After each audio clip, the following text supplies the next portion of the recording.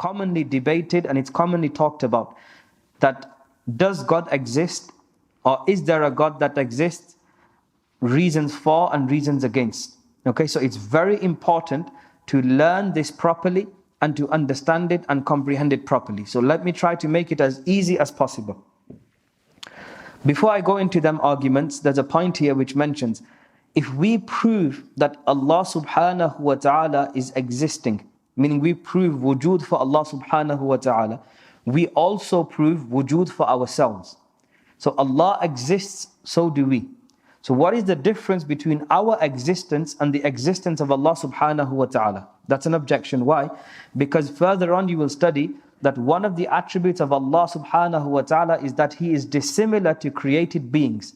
So if you exist and God exists, does that mean you have given creation an attribute that is only befitting for Allah subhanahu wa ta'ala? No. Because there is a major difference between the existence of Allah subhanahu wa ta'ala and our existence. Going back to the three rational judgments that I mentioned. The existence of Allah subhanahu wa ta'ala is wajib, meaning it is necessary that Allah subhanahu wa ta'ala exists. Okay? As for our existence, it is only mumkin. Okay? The existence of creation, not only us, but the entirety of creation is mumkin, meaning it's possible.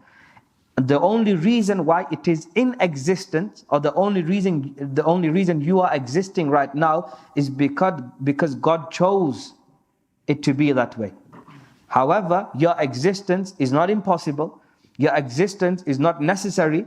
Your existence is merely possible. Okay, so that is a key difference between our existence, our wujud, and the wujud of Allah subhanahu wa ta'ala. Now, there are many different ways to prove the existence of Allah subhanahu wa ta'ala logically and rationally. And this is not something new. This is something which has been debated, talked about, written about, spoken about for centuries. Not only Muslims, rather every major religion in the world has its arguments, its reasons, its logical arguments to prove the existence of Allah subhanahu wa ta'ala. Any religion which believes in a higher power will need a form of argument to prove their claim. Okay?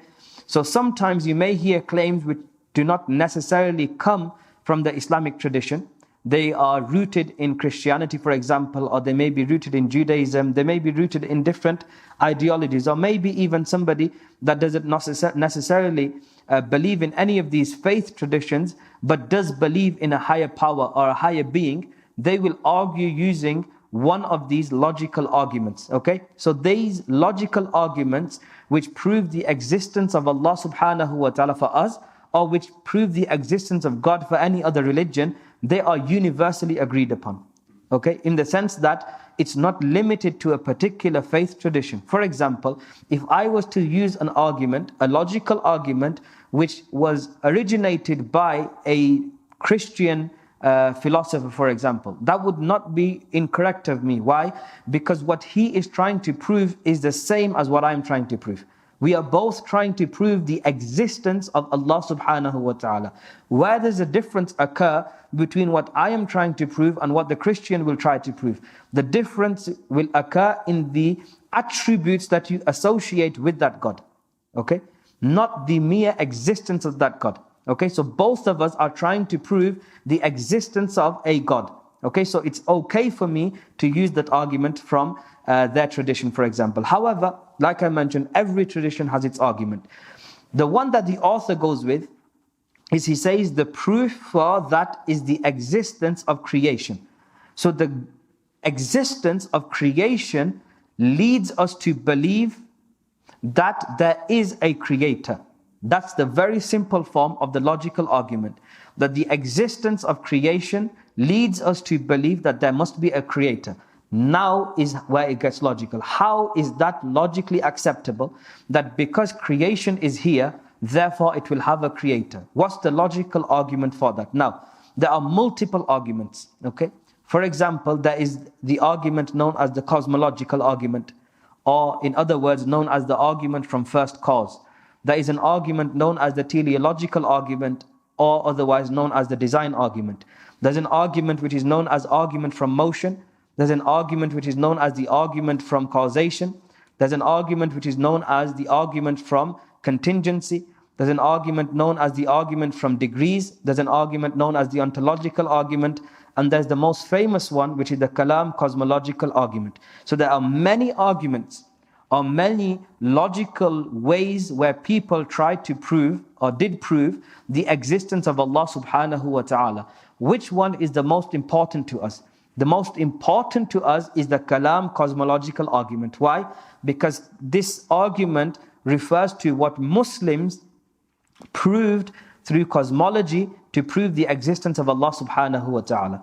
So this is a very important term. The Kalaam Cosmological Argument is the argument which is essential to our beliefs and our practices, and it is the most common of the arguments which is used by our scholars and our authors. The Kalaam Cosmological Argument.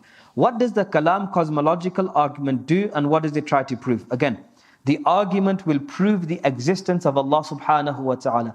And it's known as a cosmological argument because it proves the existence of Allah subhanahu wa ta'ala through cosmology.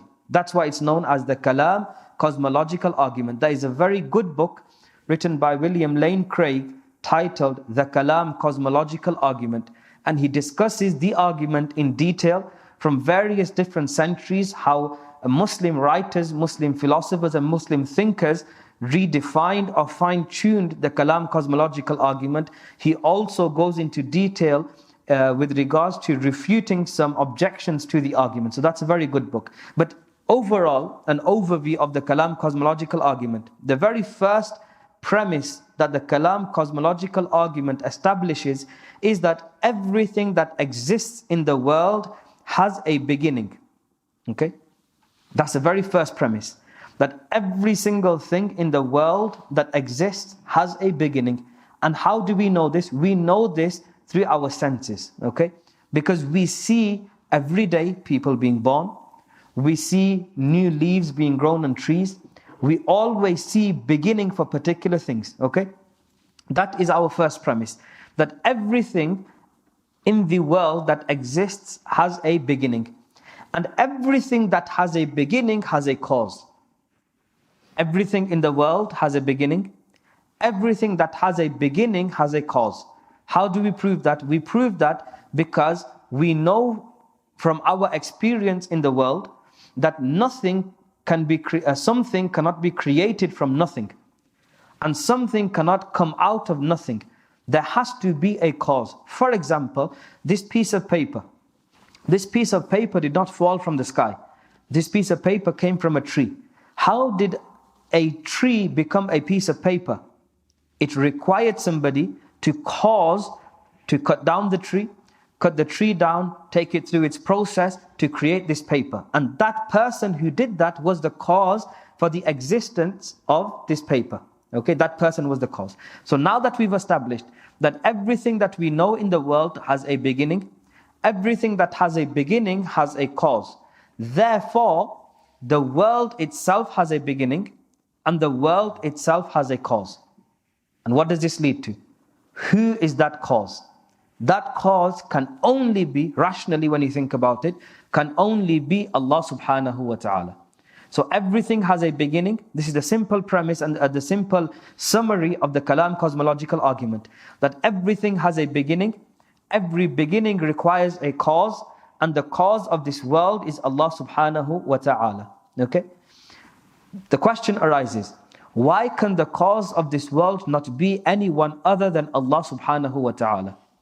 Why can the cause of the world not be anyone other than Allah subhanahu wa ta'ala? So let's take some examples.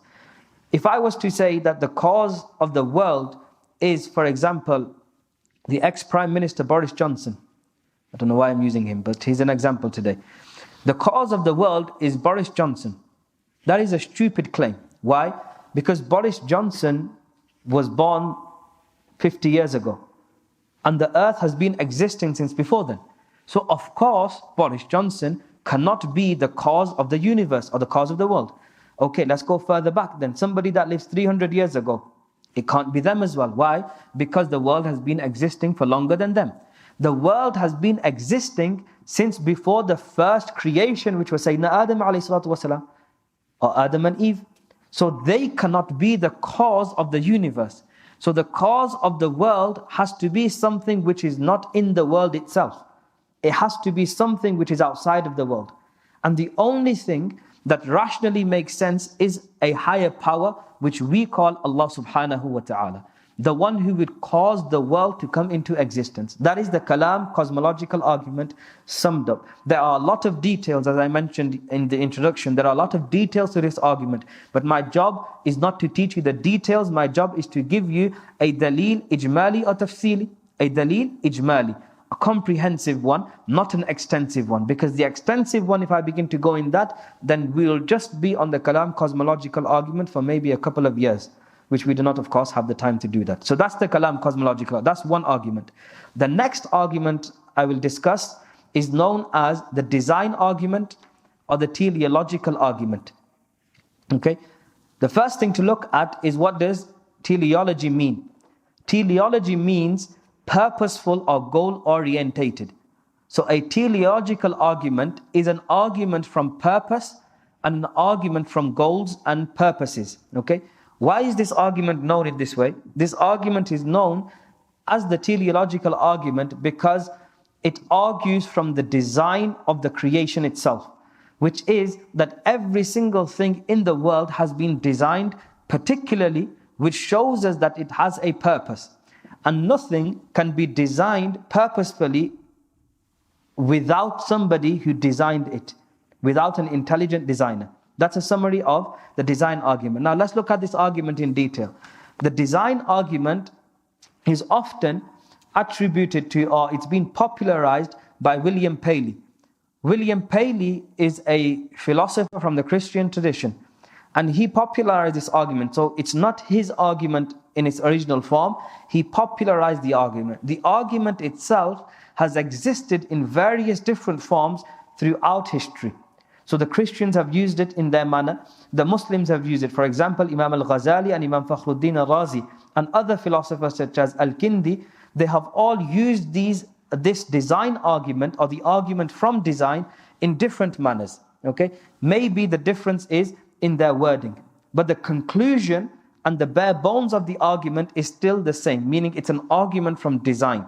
Okay? What is the most popular one? The most popular one is William Paley's watchmaker argument. Okay, and many of us study this in school, and we also studied in college, and it is probably still taught in universities when you do philosophy in university.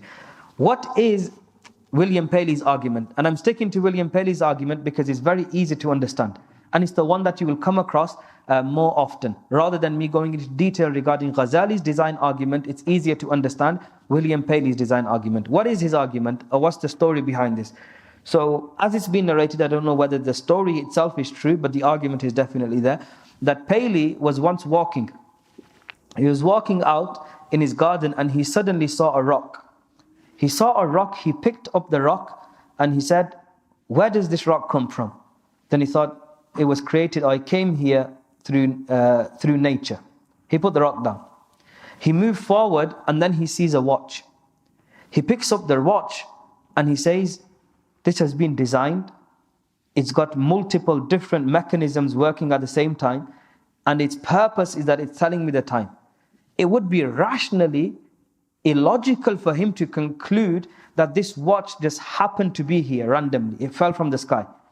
That would be irrational for him. But what did he just do to the rock? He said that the rock was here by nature, or it just happened to be here.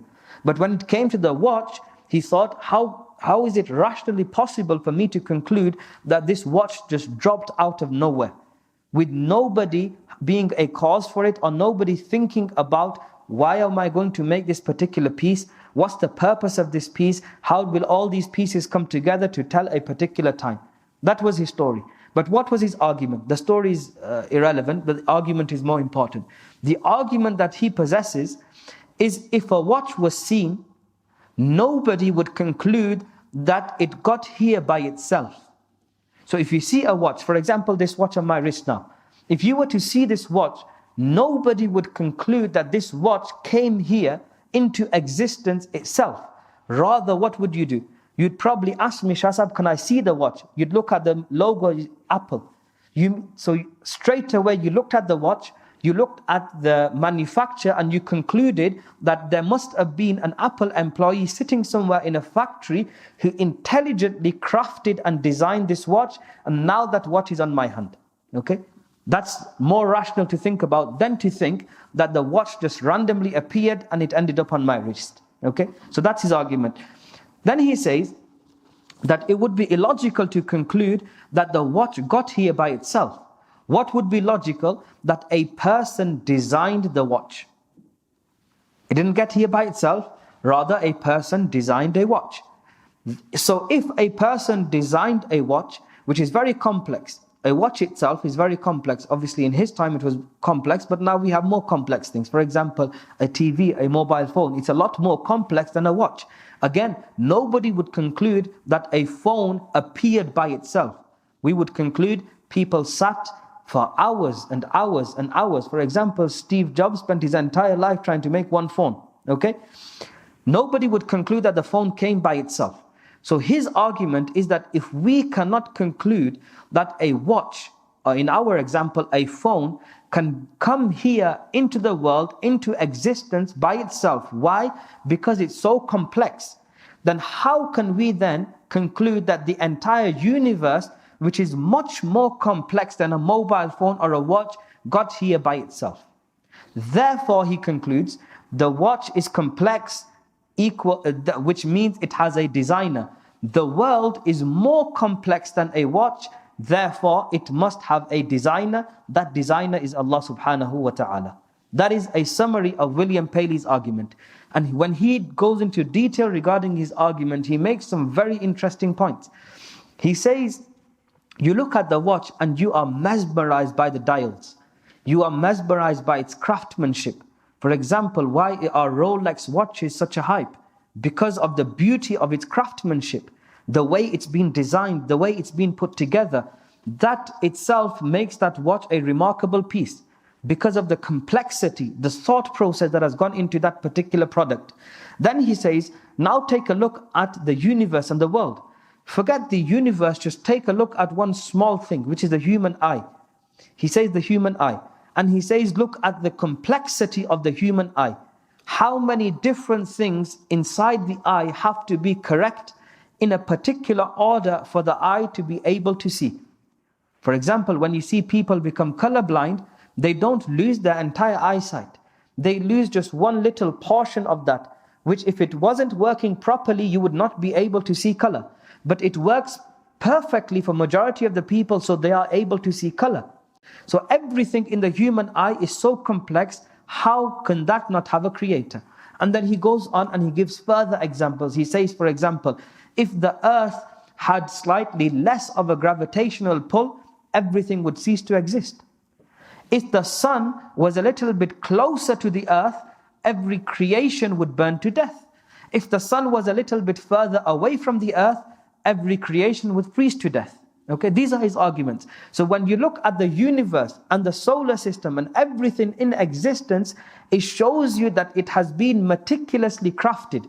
It's been put in that place for a reason, and everything in the world is created with a purpose in mind. Another example the people give is, for example, a cup. Okay, a cup that you drink tea in. Now he explains this and he says the cup has a purpose. Nobody will say that the cup fell out the sky. You know somebody sat there and he made the cup in such a manner that if you were to put boiling water in it, your hand won't burn. Not only that, they also made a handle. Why would you make a handle on a cup? You make a handle on the cup to make it easier for you to hold whilst you're drinking your tea. So all of these things in creation have a purpose. They are built purposefully with a particular intention, with a particular design, with a particular purpose to serve. So if all of these things require an intelligent creator, an intelligent maker, the universe is more complex, therefore it also requires a designer, an intelligent designer, or Allah subhanahu wa ta'ala, as we know him subhanahu wa ta'ala. So that is William Paley's argument. So I've mentioned two arguments now. The argument, the Kalaam Cosmological Argument, and the teleological argument, or the argument from design. These are the most important of the arguments for the existence of Allah subhanahu wa ta'ala. And these are the easiest to understand. These are the easiest to convey and comprehend as well. That's why I suffice with these two. There are other arguments, like I mentioned, argument from motion, argument from causation, argument from contingency, argument from degrees. Majority of these arguments are taken from St. Thomas Aquinas, who was a Christian philosopher. But all of these arguments are there, but they are not as strong as the Kalaam Cosmological Argument or the teleological argument or the argument from design. So these two are the rational evidences to prove the existence of Allah subhanahu wa ta'ala. So we've done two aqli dalail, two the dalail which were rational, which is the Kalaam Cosmological Argument and the teleological argument or the argument from design. And our dalil naqli was Qul huwallahu ahad, Allahu samad. So the three things you need to take away from this particular attribute of wujud. You have done two aqli evidences and one naqli evidence.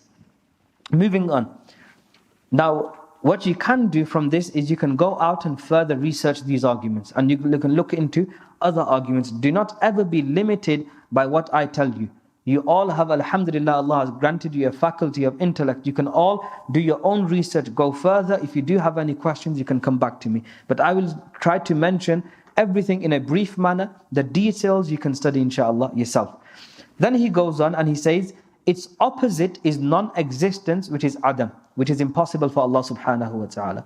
So now that you have proved wujud, existence for Allah subhanahu wa ta'ala, we must necessarily make it impossible for Allah subhanahu wa ta'ala to not exist. Okay? Non-existence needs to be negated from Allah subhanahu wa ta'ala. So you get two attributes now. The first is wujud, which is a necessary attribute that God must exist. And as soon as you established wujud, you automatically negate Adam, which is non-existence. Okay, so these are two of the 50 essential beliefs that you've covered right now. So wujud and Adam. Now, the question is, once we have now covered these two, what do we do with them? You understand them thoroughly. You understand the logical argument and you memorize or learn the dalil naqli.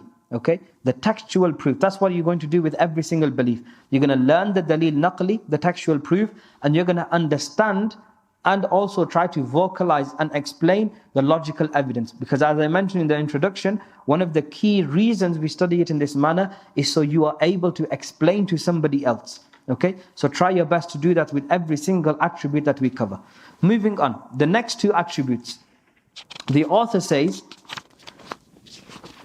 وَيَجِبُ فِي حَقِّهِ تَعَالَى الْقِدَمُ وَمَعْنَاهُ أَنَّهُ لَا أَوَّلَ لَهُ تَعَالَى وَضِدُّهُ الْحُدُوثُ وَالدَّلِيلُ عَلَى ذَلِكَ أَنَّهُ لَوْ كَانَ حَادِثًا لَاحْتَاجَ إِلَى مُحْدِثٍ وَهُوَ مُحَالٌ.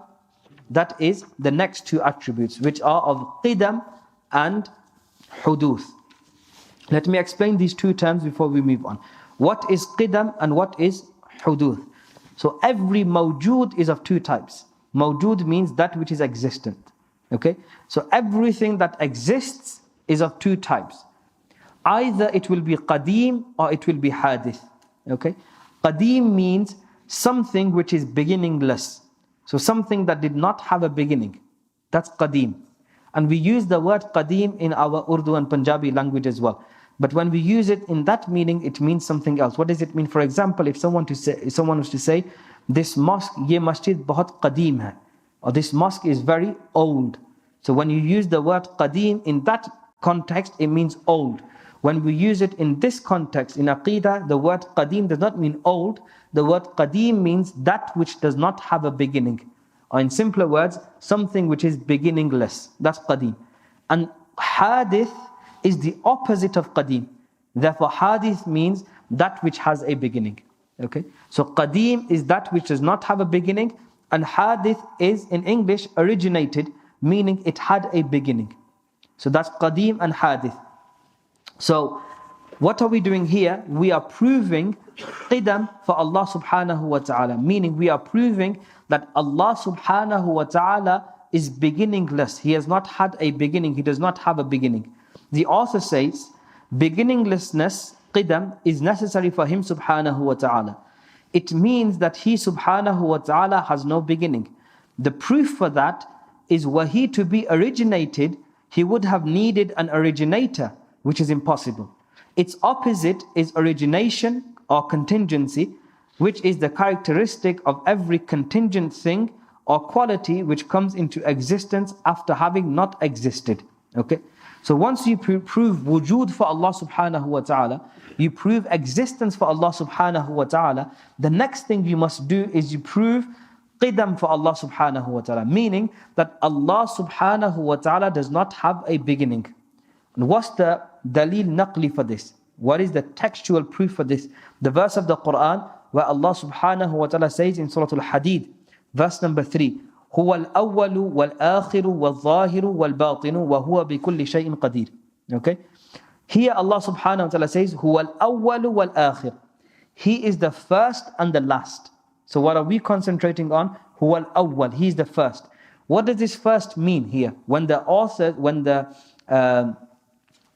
scholars of tafsir explain this particular verse, they say huwa al-awwalu refers, and the awwal means that Allah subhanahu wa ta'ala does not have a beginning. So the textual proof for Allah subhanahu wa ta'ala being beginningless is the ayah of Surah Al-Hadith where Allah says huwa al-awwalu. He is beginningless when he's referring to himself. Okay, that's the textual proof.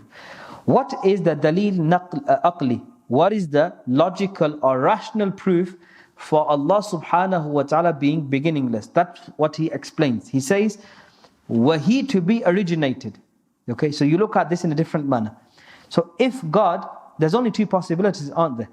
You either believe that God is beginningless or he had a beginning. It's one or the other. So how does he prove the first one? He proves the first one by disproving the second one. So if there are two possibilities, and you disprove the second possibility, then automatically the first possibility is proved. So that's what he does. He says, if we say that God was originated, so the opposite of being beginningless, if God was originated, he would have needed an originator. If God was originated, he would have needed a originator. So if Allah subhanahu wa ta'ala was not beginningless, meaning there was a time or a place where Allah subhanahu wa ta'ala started. So where God started from, meaning he became originated. What that means is there must have been a cause which caused the origination of God. There must have been a cause which resulted in the origination of God, of Allah subhanahu wa ta'ala. If you believe that, then you go back to the same argument as the previous one, which is what? If the first cause, God, was caused by something else, then God is no longer the first cause. The one that caused God is now the first cause. I know it's a bit tongue twistery, but I hope that makes sense. So when we prove that there must be a God, who is the first cause, and he caused everything to happen, if that God also requires a cause, then he no longer remains the first cause. Rather, the one that caused him, it now becomes the first cause. And now the question arises, why can we not just keep going back then? Why can we not just keep going back? So the question arises, if you prove that God cannot be originated, God cannot be created, otherwise he is not God. The person or the thing that originated God, they are God. Then you go back and you say, why are you believing that God is not originated? That God also must be originated. So who created or who caused that God? Another person did. So that person is not, and you keep going and going and going. You have to stop somewhere. Now the question arises, why do you have to stop somewhere? Why can you not just keep going? You can't keep going because that is a logical fallacy. And the logical fallacy is known as infinite regress. In English, philosophical terms, it's known as infinite regress. In Arabic, we call it tasalsul. Tasalsul. In English, infinite regress, which is a fallacy. Which is what? Tasalsul basically means you can't keep going back. For example, if I was to say to you, who created you? You said, how did you come about? You would say, your mother. How did your mother come about? Her mother. How did her mother come about? Her mother. You can't just keep going back. There has to be somewhere where you stop. Where do we stop? We stop at the first human beings, which was Sayyidina Adam and Sayyidina Hawa. You can't just keep going back for eternity or infinitum. You can't keep going back. You have to stop somewhere. So now when you go from the argument of origination, wherever we stop and we say this is the first cause and this is the thing that originated everything else, that thing itself cannot be originated. Otherwise, that would lead to infinite regress and tasalsul, and you'd have to keep going back. So that is the logical reason as to why we must believe that it is necessary for Allah subhanahu wa ta'ala to be qadim, meaning to be beginningless. Otherwise, if God was not beginningless, He would have required an originator or something to bring God into existence, which is muhal, which is impossible. So as soon as you have disproved contingency or origination for Allah subhanahu wa ta'ala, you automatically prove that Allah subhanahu wa ta'ala is qadim and He does not have a beginning. That is the sifa and the attribute of Qidam. And what we have done is we have proved or affirmed the attribute of Qidam for Allah subhanahu wa ta'ala, and we have negated or made impossible the attribute of huduth for Allah subhanahu wa ta'ala. So these are the next two attributes, Qidam and huduth, or qadim and hadith. Both of them mean the same thing. Moving on, the next two attributes, the author says,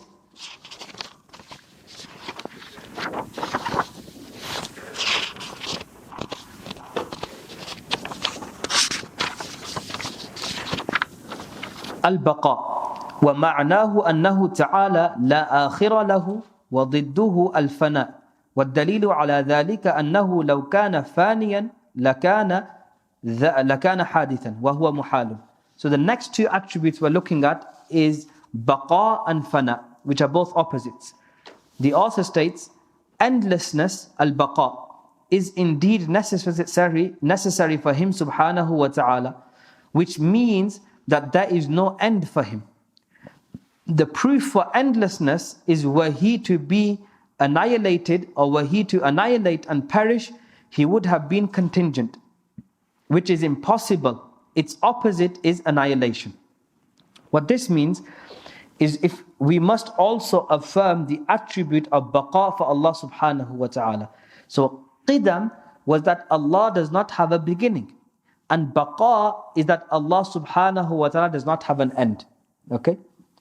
If you do not have a beginning, you also do not have an end. Why? Because anything that has an end must have a beginning. Everything that has an end must have a beginning. For example, you have an end. We have an end. When is our end? When we die. That is our end. The only things that die are those things that are contingent, that are hadith, meaning they were created, they came into existence first, and then their existence was taken away from them, or they were caused to die or perish. The dalil naqli, the textual proof for Allah subhanahu wa ta'ala being attributed with the characteristic of baqa is the following verse where Allah subhanahu wa ta'ala says in Surah Al-Rahman, a famous verse, كُلُّ مَنْ عَلَيْهَا فَانٍ وَيَبْقَى وَجْهُ رَبِّكَ ذُو الْجَلَالِ وَالْإِكْرَامِ. This verse of Surah Al-Rahman, verse 26 and 27, two verses. What is the translation? The translation is, everyone on it shall perish while the face of your Lord abides, the possessor of majesty and generosity. This verse clearly and explicitly proves that every single thing in creation will cease to exist, and the only thing that will remain is Allah subhanahu wa ta'ala. That is the textual proof for Allah subhanahu wa ta'ala being baqi, or for us to affirm the attribute of baqa for Allah subhanahu wa ta'ala. That's the textual proof. What is the logical proof? The logical proof, he says, is the proof for endlessness is were He to be, or were He to annihilate, He would have been contingent, which is impossible. As we explained, something which is contingent, something which is hadith as what? Hadith is something that did not exist, it came into existence. And everything that comes into existence will perish. Everything that comes into existence will perish, and everything that does not have a beginning will most necessarily and definitely have no end. The only thing, this is the easy part, the only thing that does not have a beginning is Allah subhanahu wa ta'ala.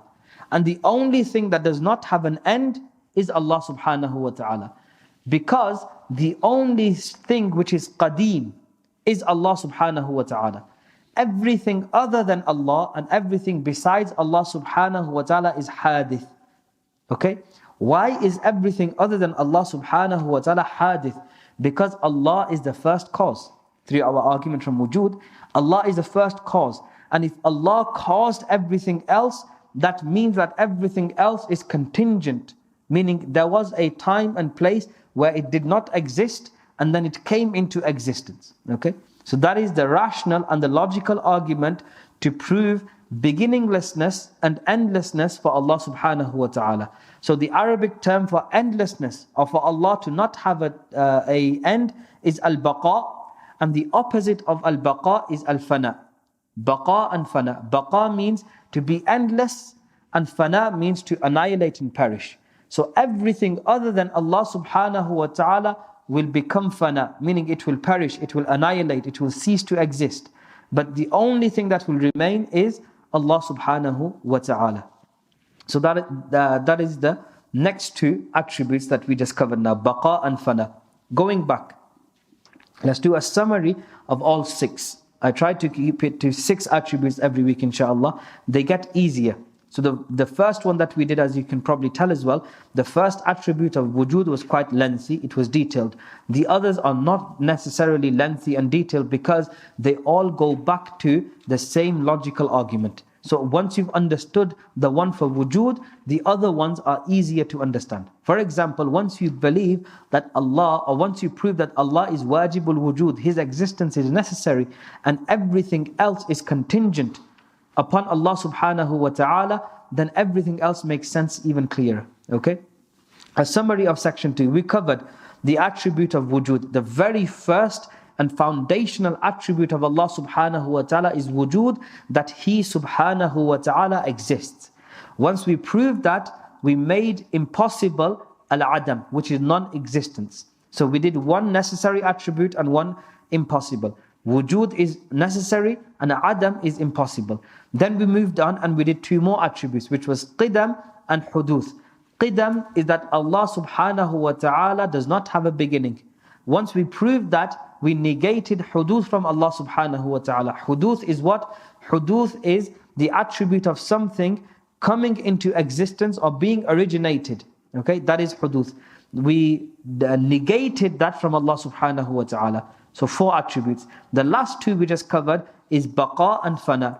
Baqa means endlessness, that Allah subhanahu wa ta'ala does not have an end. As soon as we proved that, we automatically negated al-Fana, that Allah subhanahu wa ta'ala will annihilate, or Allah subhanahu wa ta'ala will come to an end. So these are 6 attributes. Try your best to memorize the Arabic terms as well as the English. So I'll give them you again. Wujud is existence. Adam is non-existence. Qidam is beginninglessness. And huduth is origination or contingency. Baqa is endlessness. And fana is annihilation. So these are the Arabic terms for the attributes of Allah subhanahu wa ta'ala alongside their English translations. These are 6 inshallah that we've covered, and we will continue with the next 6 inshallah in the next session.